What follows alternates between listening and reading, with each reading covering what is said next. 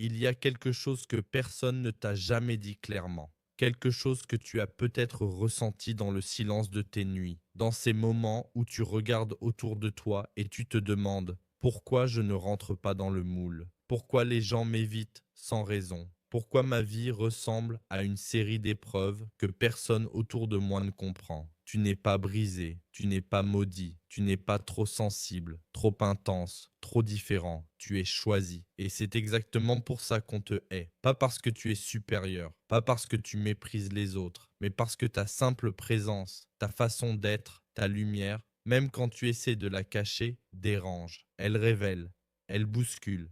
Et ce que tu déranges en eux, c'est leur propre vérité qu'ils refusent de regarder en face. Aujourd'hui, dans cette vidéo, je vais t'expliquer pourquoi les élus sont rejetés par la majorité. Je vais te révéler les signes que tu portes en toi sans même le savoir.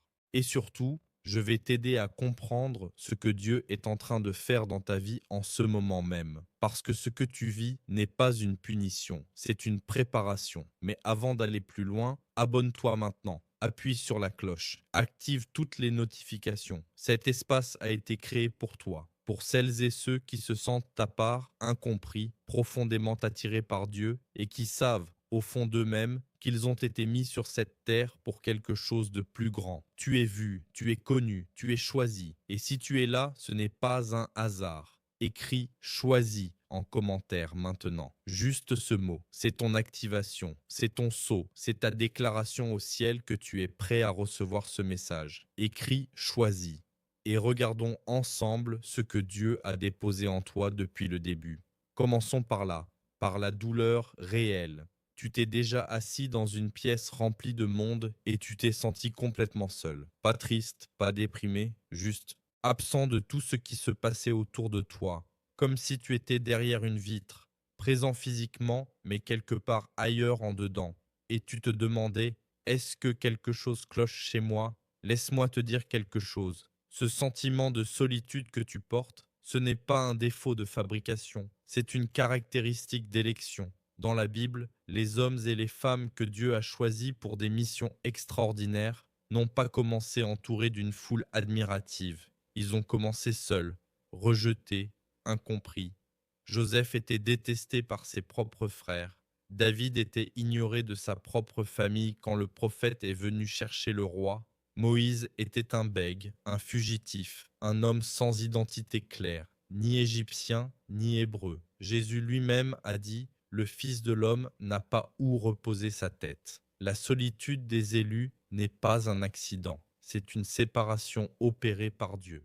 Parce que pour accomplir ce pourquoi tu as été créé, tu ne peux pas te noyer dans le bruit du collectif. Tu ne peux pas te laisser calibrer par les attentes de la masse. Tu dois être retiré, mis à part, afin que Dieu puisse parler à ta vie sans interférence. Et ça fait mal, terriblement mal. Personne ne te dit que la séparation divine est l'une des saisons les plus difficiles à traverser. On te parle de la bénédiction finale, de la promotion, du moment glorieux, mais on oublie de te parler du désert, ce désert où tu es seul avec toi-même, ce désert où tu entends des voix te dire que tu n'es rien, ce désert où la majorité continue sa vie pendant que toi, tu stagnes, ou du moins c'est ce qu'il semble. Mais le désert n'est pas un abandon. Le désert est une école.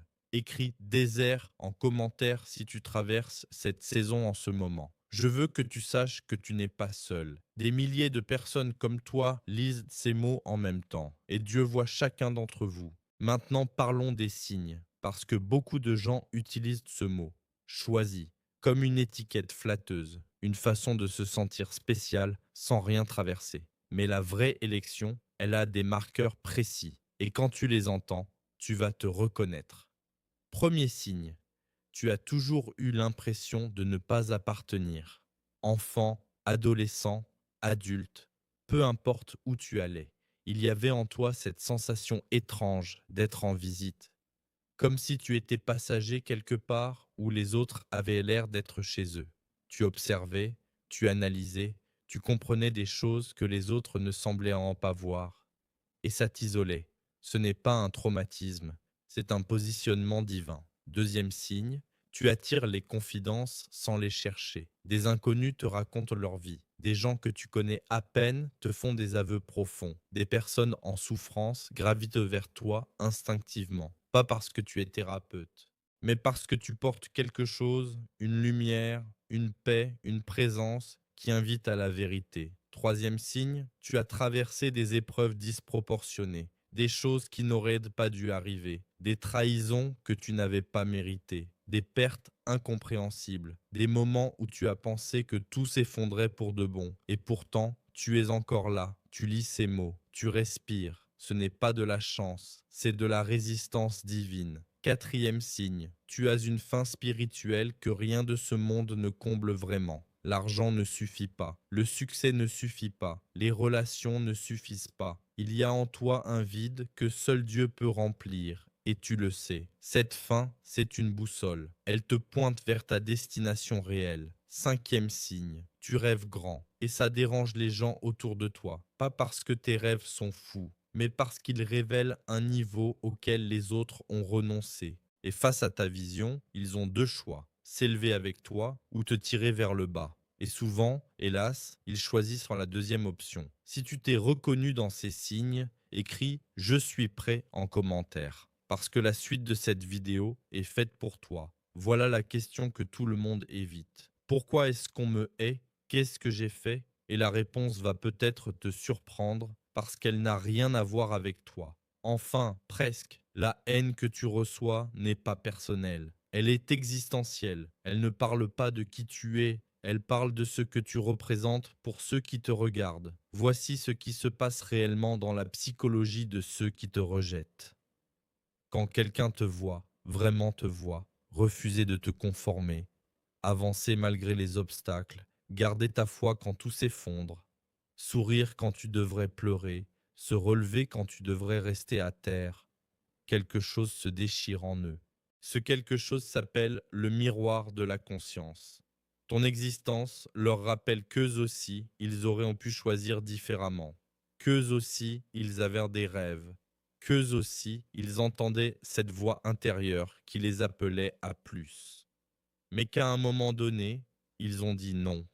Ils ont capitulé. Ils se sont conformés. Ils ont enterré leurs dons pour acheter la paix sociale. Et maintenant, toi, tu arrives et tu leur rappelles ce choix. Ce n'est pas ta faute, mais c'est ta réalité. Dans l'évangile de Jean, Jésus dit quelque chose de radical à ses disciples. Si le monde vous hait, sachez qu'il m'a haï avant vous. Ce n'est pas une consolation vague, c'est une loi spirituelle. La lumière est rejetée par ceux qui ont choisi l'obscurité, non pas parce qu'elle fait du mal, mais parce qu'elle révèle. Et personne n'aime être révélé malgré lui. Alors la haine que tu reçois est, paradoxalement, une confirmation. Tu n'es pas persécuté parce que tu es mauvais.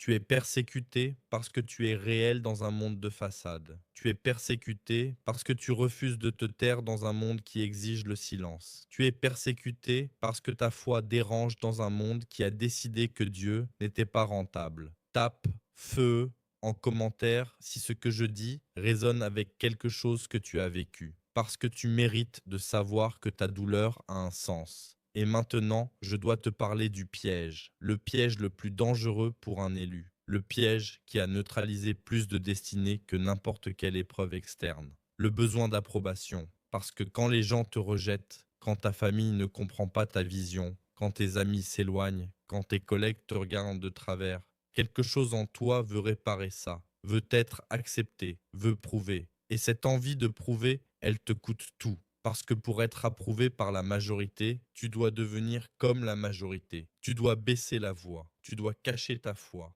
Tu dois prétendre que tes rêves ne sont pas si grands. Tu dois te ratatiner pour rentrer dans des espaces qui ne sont pas faits pour toi. Et chaque fois que tu fais ça, chaque fois que tu sacrifies un morceau de qui tu es pour obtenir un sourire, une validation, un tu es normal, tu meurs un peu.